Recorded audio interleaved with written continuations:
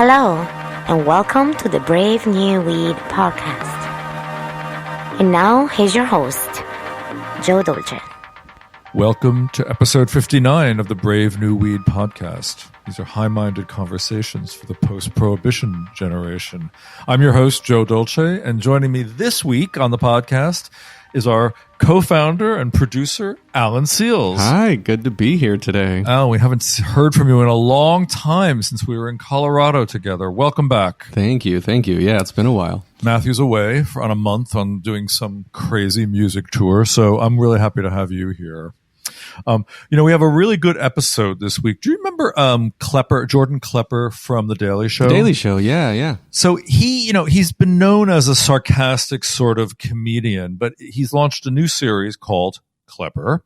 And in this series, he's actually become an investigative journalist. And one of his earliest episodes is all about the new war on weed. And I think it's really interesting, and he's got a lot to say about it. So that's what this episode is going to be about. But before we go in, I want to tell you also that this episode is sponsored by the Trichome Institute and its new course called Interpening. Now, you may remember the Trichome Institute because the founder of it, Max Montrose, has been on our podcast before. It's a very popular episode. They've got a new course up. It's a new online course, and it's called Interpening. And if you want to know how to identify the smells and flavors, say, of your favorite variety of cannabis, or if you want to be able to understand this complex plant and really be able to talk about it the way a sommelier can talk about the nuances of wine, then you should really consider taking this course. I think it's about the deepest dive you can do into the plant, and you'll come out a lot smarter for it. For example, do you know the difference between sativa and indica? The real difference? Other than one is like a head high and the other gets you couch locked? Exactly. That's okay. That's what most people know. Or do you think these terms are otherwise meaningless in marketing? Yeah, I actually kind of do, because most people have no idea what they are.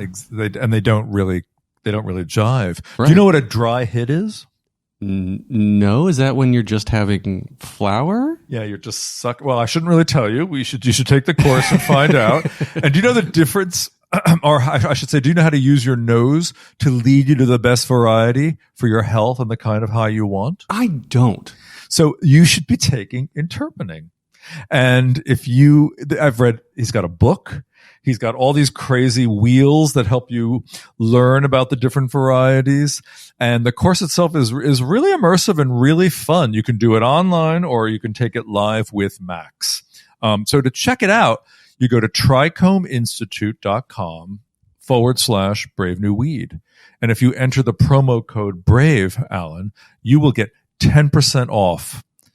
And again, that's the Trichome Institute, TRICHOME Institute.com/Brave New Weed. I remember the episode with Max when we were in Denver, back in January. I think we released the episodes. It was March. Episode 50 actually was with Max Montrose. That guy spit out words about cannabis that I have still hadn't heard then and still haven't heard since.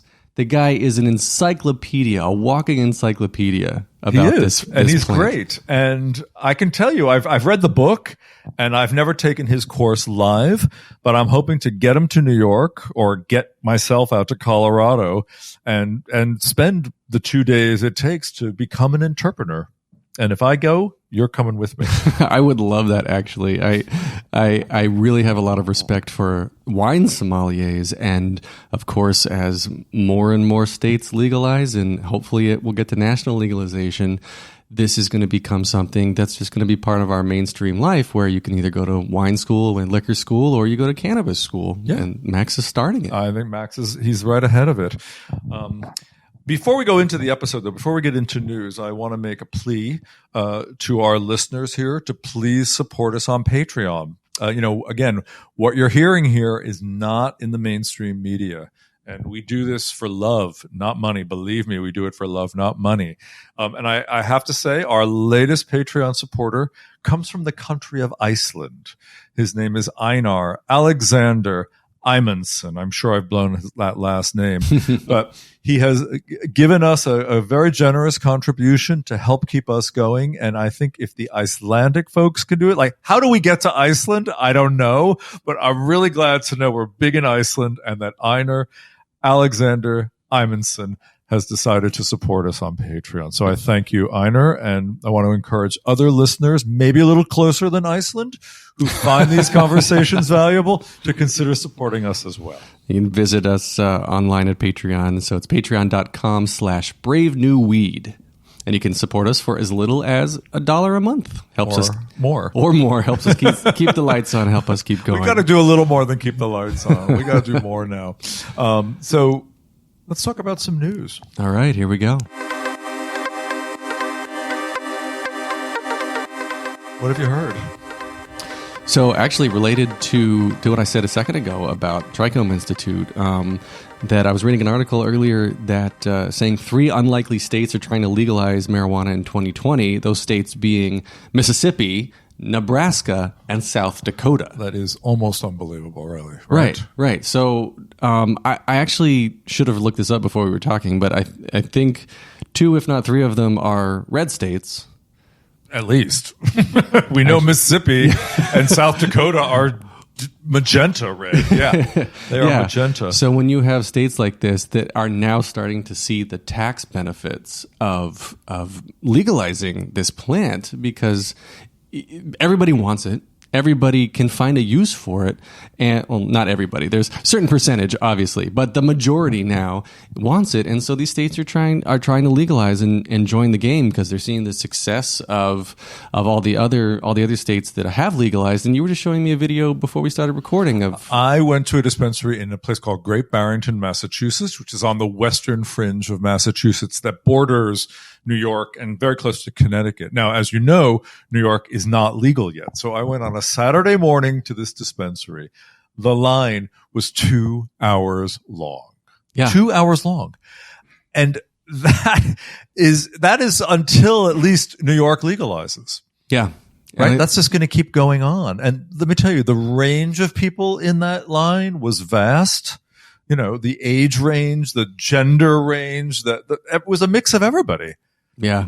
Yeah. So, you know, get with it, states, legalize, because I don't think it's coming from the federal government anytime soon. No, not anytime soon.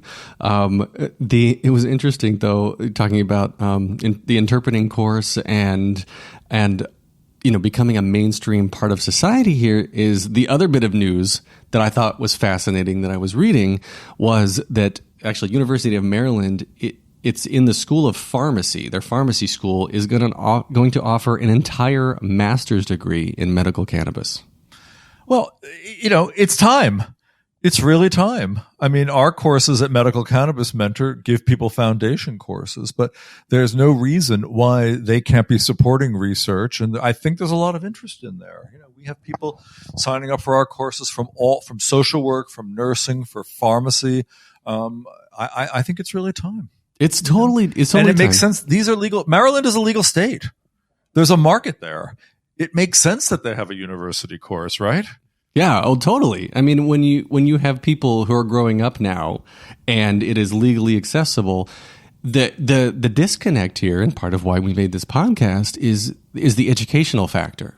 Right? So now you can get it, but people don't know what to do with it. There's still the stigma. There's still the lack of education that's like, do I take too much? Oh, I can't do an edible because I had a bad experience once.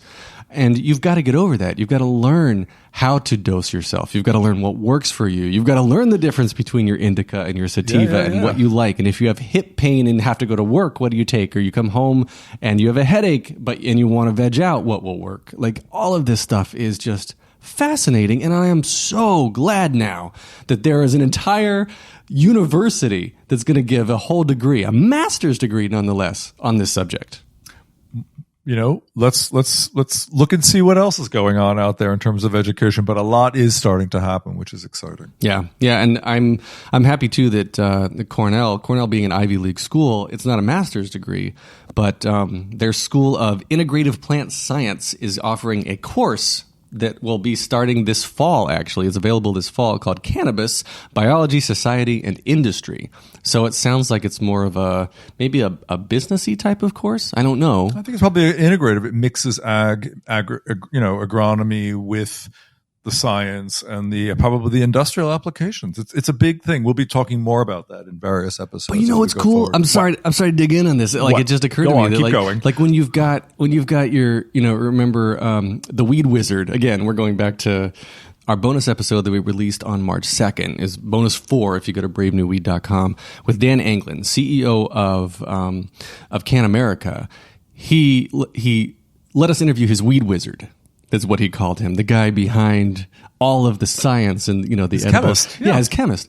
And I don't know exactly. I don't remember off the top of my head what degree that the chemist had. But when you've got like the experience and the backing of an Ivy League school that's going to pump out biologists and chemists that are now specializing in marijuana, the industry, like in 10 years, easy. The industry is going to be transformed. No, it'll be a real industry. Yeah. For better or worse. We don't know if it's going to be better or worse. We're going to be looking at that in some upcoming episodes also. I hope so. No, it's very interesting indeed. You can like and follow the Brave New Weed podcast on all the best social media platforms. Find us on Facebook at facebook.com/bravenewweed or on Twitter @bravenewweed or Instagram @bravenewweed.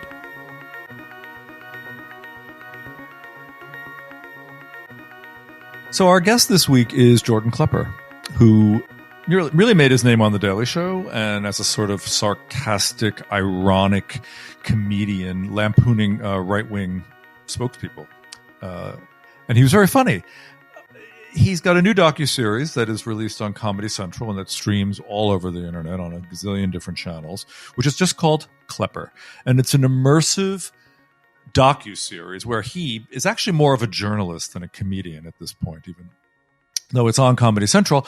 And he actually puts himself in the situation with people that are on various sides of issues that he thinks are really dividing America. So he does a number of different episodes, but the one we're focusing on is called The New War on Weed.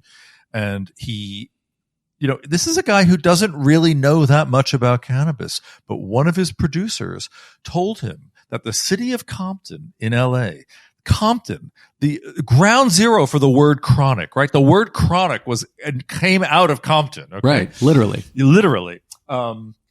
voted to not allow legal recreational sales, which is sort of a stunning thing considering it's a poor community, a community of disadvantaged people. There's a lot of tax benefits that could be had. There's a lot of job opportunities. And he wanted to know why. Yeah. And this episode of the Brave New Weed podcast is going to tell you exactly why Klepper got out of his own little closet, opened his eyes, dove into Compton, and really learned about putting the square peg of social justice into the round hole of legalization. It's a great interview. He's a great guy. Listen up.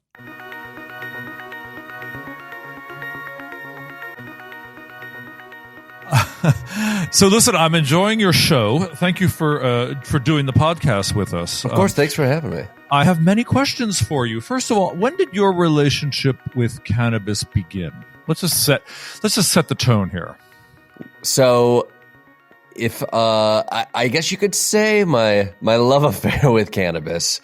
It began a little bit in college. I was somebody who was. Where did you go? I went to Kalamazoo College, and I was, I wasn't an early adapter of the cannabis plant, if you will. I was pretty hesitant and always sort of was. College was the first time I ever experienced with it, but then kind of left it alone for quite some time. I think it hasn't been until it's become a little bit more, in my mind, socially acceptable that I partaken more into it, and perhaps it also correlates with me getting a little bit more comfortable with understanding what that drug can do to your head. What can it do to your head? Well, if you take too much of it, which I did years back, it can make you very paranoid and consistently worried about things that are happening around you. I think I had a couple little bad bad experiences with edibles that put me off for a little while. And it wasn't until maybe a few years ago where I was able to enjoy it recreationally, and it sort of opening up a few creative avenues that made it interesting yet again for me. You know, I'm so interested in the evolving relationship of people to cannabis, because I'm the same. I went up and down, and I had, years off it and years of way too much of it when I was much younger. And it's really interesting that your relationship to it changes, isn't it? It really is. I was talking earlier a little bit about this. My parents are in Michigan right now where it's legal, and we've just started talking about it again, like a reality in their life now, that now there's no longer this legal stigma that is on it. I can talk about it with my parents in a way that now they're curious again. And I think I'm seeing barriers like that fall down. And I'm also starting to see, that's also shifting the perspective in my own head about it. Like there's definitely residual buildup over the years of this is something that is bad, this is something that is illegal, this is something that could mess up your life, that it took a while for that to, slowly erode. And I think even right now, the narrative with what it can do medicinally is something that is curious, and I see it taking hold in family members. I see it taking hold a little bit with me. And yeah, it does feel like it's a substance I haven't quite figured out how I see it yet, because it continues to shift. It's not that different from having a lover, is it? Ooh, you might be right. Now, but I've been in some pretty long-term relationships. So I've been, I'm like a bourbon man and then a rye guy. And so I think I'm getting used to this idea of being a little bit, I'm still flirting with it, I think. Okay. That's all right. You're allowed to flirt. Yeah. You don't have to be monogamous. No one's saying that bourbon is the only boy or girl you can date. But listen, before we talk about the show, which I really did enjoy, I want to ask you, like, how do you use it? What do you use it as? Is it a trifle? Is it an essential? Is it to shift your mind or to get blasted, or how do you use it medically? Give me the sort of the scope of where you go on dates with this one. Well, torture that metaphor. Yeah, I would say, I'm not a constant or even a consistent cannabis user, but when I do, I think I'm curious more so in its creative elements. I think for me it's something that it reduces judgment, and so when I use it, I love to use it and then engage with some sort of art. I love to use it. I love to go to museums. I love to watch films. I love to walk around in nature. I'm not a very social guy as far as it when doing cannabis. I'm definitely more of somebody who's like, I'm going to use this. I'm going to go on an adventure. It allows me to just purely enjoy something. It allows me to be curious, and it takes away that initial knee-jerk reaction of judgment. That I think, like, for me, that's the most exciting element of it. I also have I've had some foot problems, and people keep recommending cannabis or more so balms as a way to help and fix that. I don't know if I've wrapped my head around that or if that has proven to be effective yet, but I do understand it as something that can be used for anxiety. But I think that's a bridge right now that I'm curious about, but I still see it as something that is done for recreation and done for creativity. If you use it in low doses, if a CBD dominant variety in low doses, it will definitely mitigate anxiety. I think I used it that way when I was a teenager, basically. Really? When I was like a weird, awkward kid. But then pot got really strong. So when you start, because I'm obviously much older than you, but when you start putting too much in, it can actually create anxiety. Well, that's what I imagine, because I feel like my first experiences were primarily with experiences of actually feeling something were primarily with edibles, and they were not pleasant experiences. They were full of anxiety. I didn't know where I was, and I just I ran screaming in the other direction. I think dosage is something that's honestly going out to California and experiencing what it's like to go into a shop and talk to people about dosage. Like, that immediately puts me at ease, because I think so much of my intake even before that was just a guessing game. Blind. We're just in the blind. That's why I got into doing medical cannabis. When I learned that you can actually measure this stuff in milligrams and in doses, it becomes a whole new experience. You can actually exert control over it. Mm-hmm. How old are you? I'm 40. Okay, good. So Is that I good? wanted. Yeah, I'm 16. For me, it sounds amazing. I'm a lot older than you, so yeah, 40 was great. I remember it very fondly, as a matter of fact, when I can remember it. So let's talk about the episode. Where, first of all, did the idea come when you were high, or was this an idea that was just born somehow else? It did not. So one of our producers, Erica Matson, she's fantastic, and she's one of the producers on our show. And she used to work at Vice and is an avid cannabis user and has done pieces at Vice on the cannabis industry. And she was very adamant about a few stories in that world.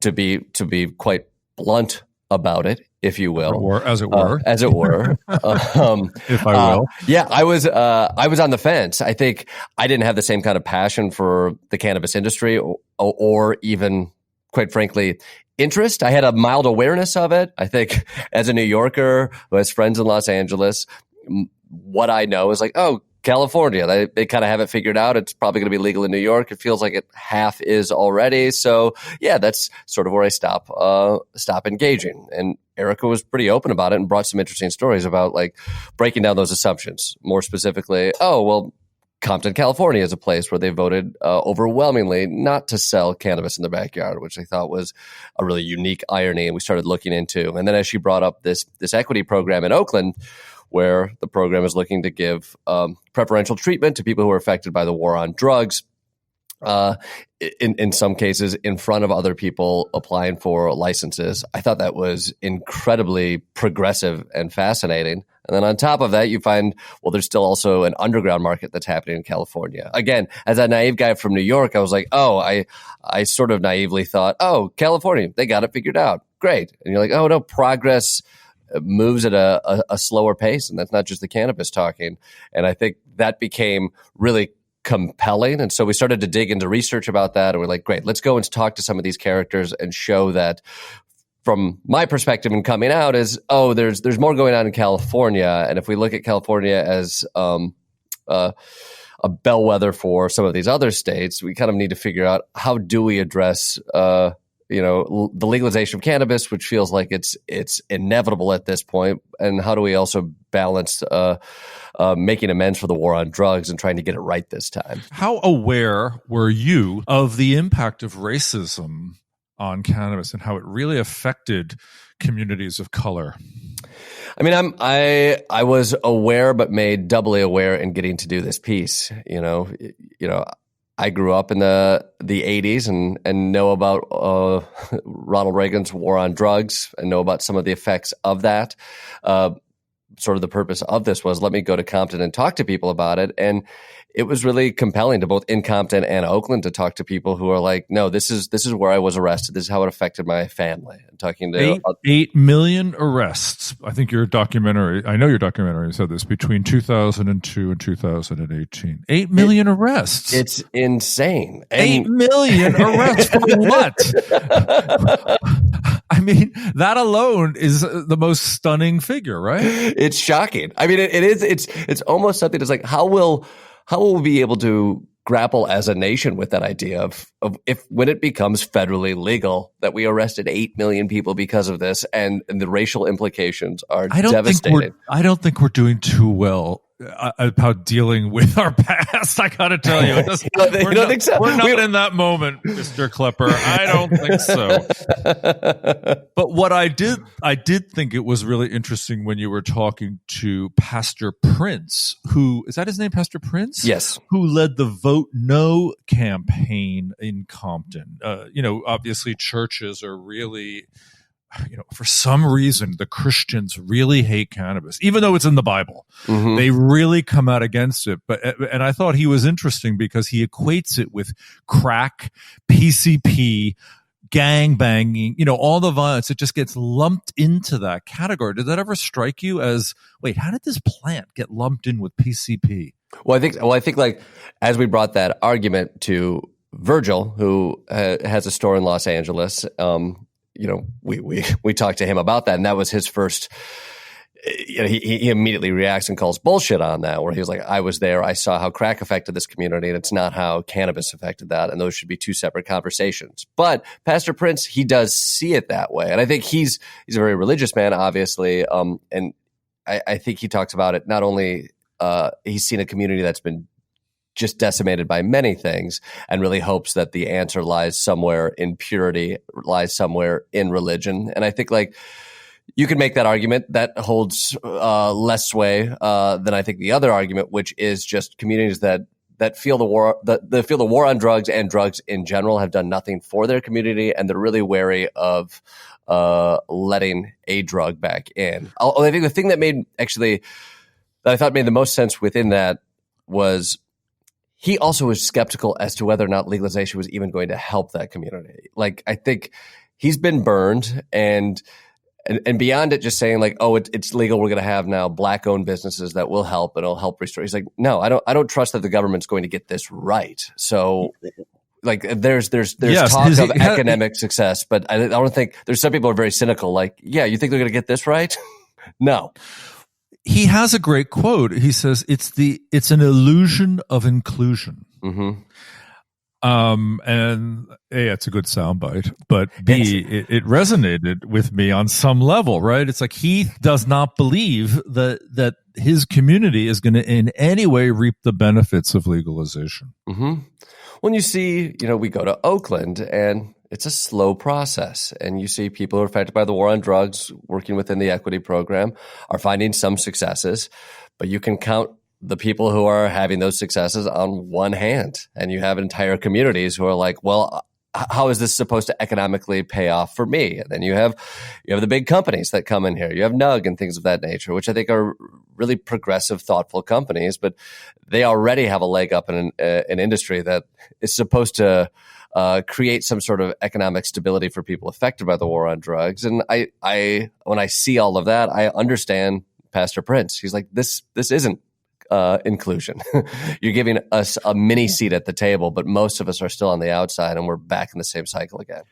Yeah, and we recently interviewed a guy named Siki Ballard who runs a lending institution called Good Tree Capital, which makes loans to people, not big guys, single operators, really, particularly communities who've been disenfranchised by the war on drugs. And he makes them at a reasonable rate because he's trying to enable them to get a leg up into the industry. And when you think of that, no one's ever talking about this stuff. I mean, it sort of blew my mind that it is so impossible.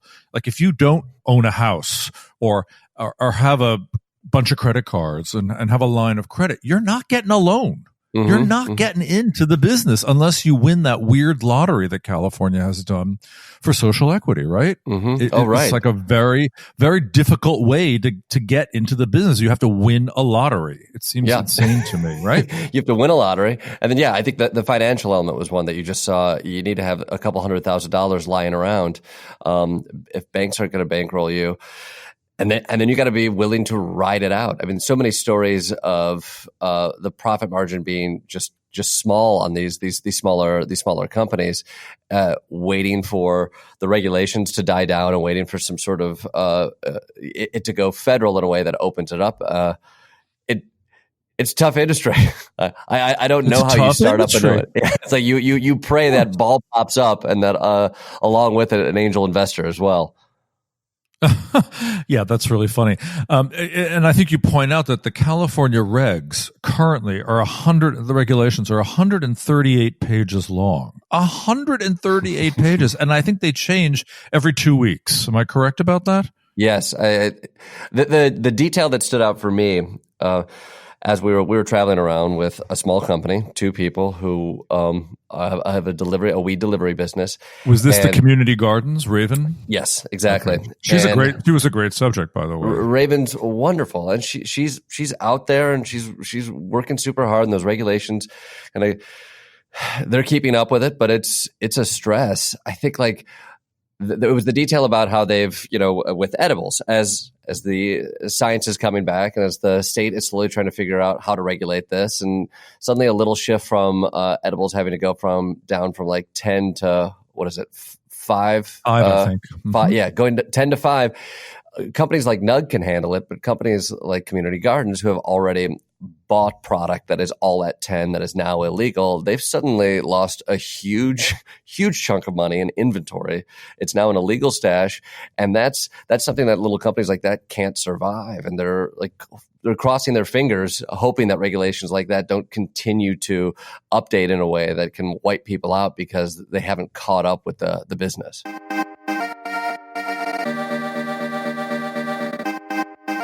So, Jordan, what didn't make it into the episode that you really wanted to make into the episode?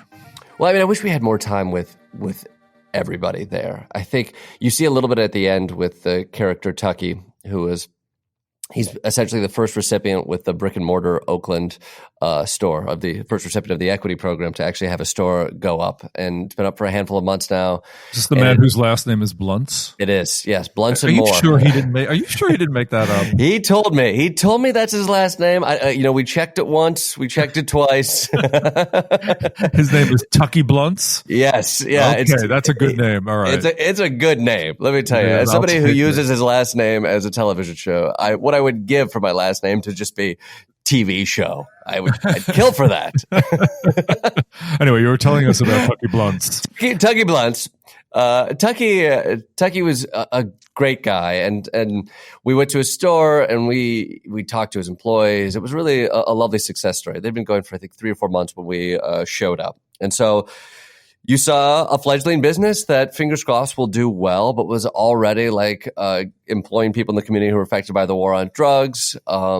Kind of had a community building up around it. It was really fun to hang out over the course of the day and see all different people coming in, and having relationships with their, what do they call it? A bud, is it a budrista? A bud server? Or a bud tender? A bud tender. I think it was bud tender. Yes. The relationships that the community had with the people who worked there. And then we went and had, sort of the end of the episode, but we spent an afternoon having a block party with Tucky and the folks who worked there, and other people in the community who were applying for the equity program and trying to get their businesses going off the ground. And I think there was a nice moment of success here. He showed us where he was arrested a decade earlier, and that's literally across the street from where his grandma lives, which is where we were sort of celebrating. And I wish the episode had time to kind of share the other stories of the people who showed up at that block party, the hope they had within that community. And again, that hope is mixed with some fear that some of these things won't come through.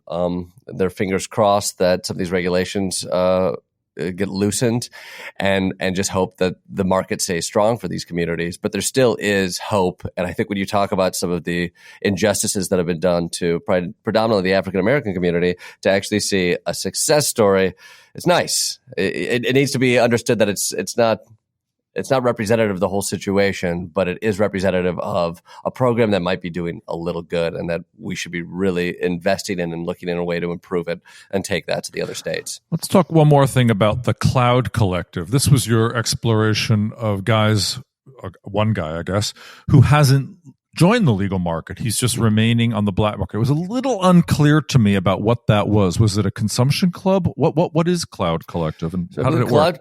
Cloud Collective, allegedly, as he repeatedly told us, it was essentially an open market that I think he would throw, allegedly. Allegedly. I think it's really a part of that culture. It's been a part of the culture for years. They've run into legal problems in the last year because they were busted. It was becoming the kind of thing that they said hundreds and hundreds of people would show up to. It was sort of commonly known that you could go there, you could get good prices on cannabis. It was very much a community. There was a culture to it, and I think that was something that he spoke about as a high priority. And even talking a lot with my producer, the community is something that's really fascinating, where I know he spoke skeptically of these new big box weed stores and how you start to lose community, you lose expertise, and that what this underground collective could do is provide competitive prices, a community, and a place that isn't beholden to all the regulations that are there. And so it's still going strong, allegedly, in places all over town, but it's sort of an open secret around Oakland that it was like, yes, you can go to this event Saturday. Here are the locations. People are going to be there. There's going to be lots of product. That's going to be half the price of other products. And as we talk to Raven, she knows about Cloud Collective. She goes to Cloud Collective. Like there seemed to be, a decent amount of support even from the legal cannabis sellers about Cloud Collective as sort of just a reality of the situation. Again, that was another example too, though, of Virgil, our other character, who was not at all sympathetic to places like Cloud Collective. And so that conversation was really interesting to me. This is a conversation that goes on in California all the time. When I was writing Brave New Weed, I was hanging around with farmers up in Mendocino, and one of them was very pro joining the legal market. It's like, how else can we exist? This is the only way to go. Most of his colleagues, his fellow farmers in the neighborhood, weren't even thinking about it. They were not going to go there. They couldn't deal with the regulations. They couldn't deal with, all of the sort of burdens of doing things legally, because it's a hassle when you're used to just growing it and then shipping it on a truck somewhere. Yeah. It's true. And it's a real problem in California. It really is that the rate they're taxing this stuff, something like 25 to 30%, is really arduous.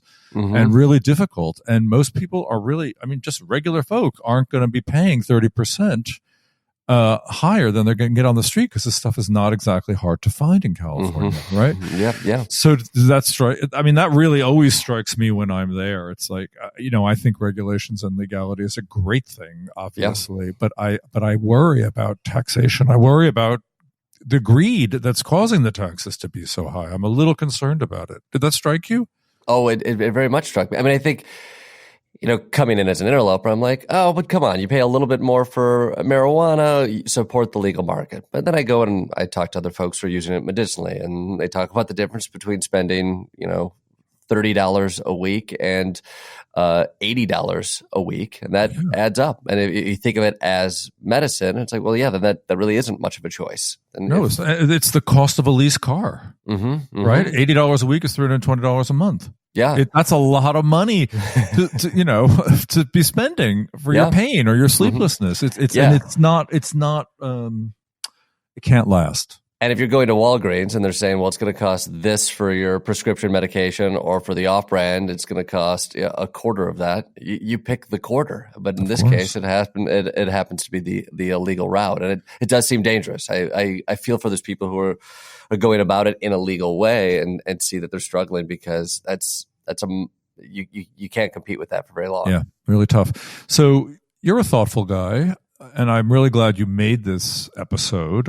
It's a great part of your entire series. I give you a lot of credit for at least trying to bridge the divide between what is blue and what is red and what is whatever else in America right now. What was the last great thought, idea, sort of unexpected connection that occurred to you while using cannabis? This is the problem. Yeah, I had so many great ideas. I forgot them all, which is come on, name one. One of them must have stuck. Something sticks always. Oh right? my god, I love this. Yeah, what is? Oh wait, hold on. I have a notebook right here. Let me see if I wrote. Do you really? Because can you read? The problem is, can you read it after you're? Oh my god, depending on what you smoked. This made me very excited, because I have notebooks all around, and I keep them on me. When I get high, I sometimes. Oh my god, so let me give you. Okay, the first thing. Take a walk, just take a walk. Okay, I get very into taking a walk, because I think like a walk is a journey. It's both a metaphor and it's a way to clear your head, that you move at the pace of life when you move and you walk. We should all experience life like a walk, because we should live into that metaphor. And so that's a home run hitter right there. There's Jack White lyrics. Which was I was really taken by, actually it's technically not his lyrics, I was taken by his use of Citizen Kane's a Citizen Kane monologue in the song Union Forever, and I wrote down, I bet you 5 you're not alive, you don't know his name. I don't know what I'm referencing there. Oh no, this is okay, that's what it is. Dress for it. walk. Okay, I got really into the idea of blazers, and this is, and I'm as looking it were, actually, as it were, as it would. if you will. I think I started thinking about what the blazer means, and as somebody who is liberal, lives in 2019, I think the idea of us dressing up for work or wearing a 3-piece suit feels antiquated. It feels like something in the past, and we're moving beyond that. Maybe there's a uniform in the future that we all wear, and that's where we're going. But I think it's a mistake for people who are of the progressive mindset to throw out the idea that wearing a blazer to events is something that's antiquated. In fact, I think it's just something that's born into our soul to trust people who wear blazers. And so my advice to people who are going into the workplace is to buy yourself a nice blazer, wear it around whenever you can, and you'll be giving the credit and the respect that is given to other people just willy-nilly. You'll be able to get it, or at least get on the same wavelength as the other kinds of people who have those nice blazers. I didn't see you wearing a blazer in any of your episodes. I wasn't high enough, I think is what the reality is. So Jordan, this will air, our interview will air after the final episode of your series airs. This doesn't play well for this. Really feels like a stoner mistake right there. It's like we were gonna air the episode before, but oh man, we forgot. Oh no, we didn't forget. We just aren't that. We're not that profitable, so we only run every other week. To be honest with you, but will it be able to be seen all the time on Comedy Central? It will. It'll live on the Comedy Central app. You can get it on demand. You can buy it on Amazon. It is out there. And the name of the series again is? It's Klepper. And we also have a good old podcast where we talk about this stuff in depth, where you get to hear from our producer who's a weed aficionado and really thoughtful on this issue. So check that out.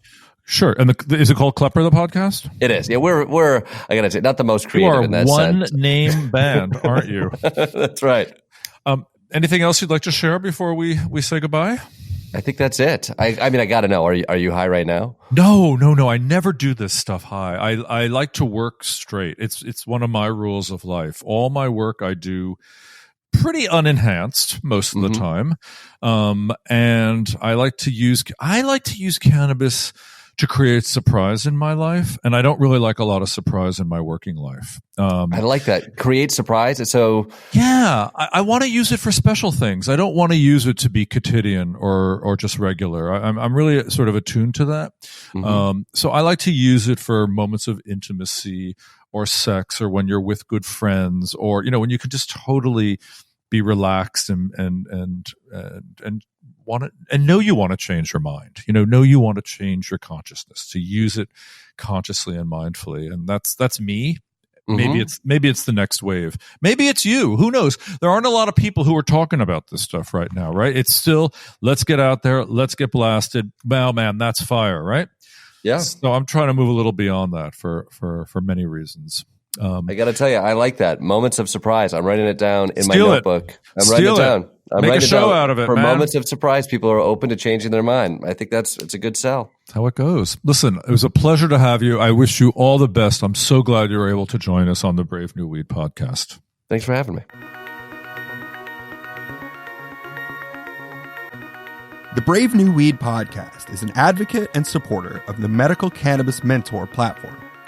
Medical Cannabis Mentor is an evidence-based educational platform for doctors, dispensaries, and patients that uses state-of-the-art online learning technology to educate you in today's modern cannabis world. You can find out more information by visiting medicalcannabismentor.com.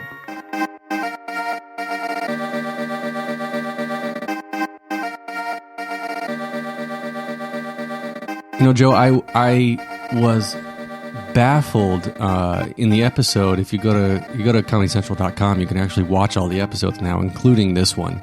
And remember when he was riding around in the car with the weed delivery people? Sure, of course. And they're just struggling.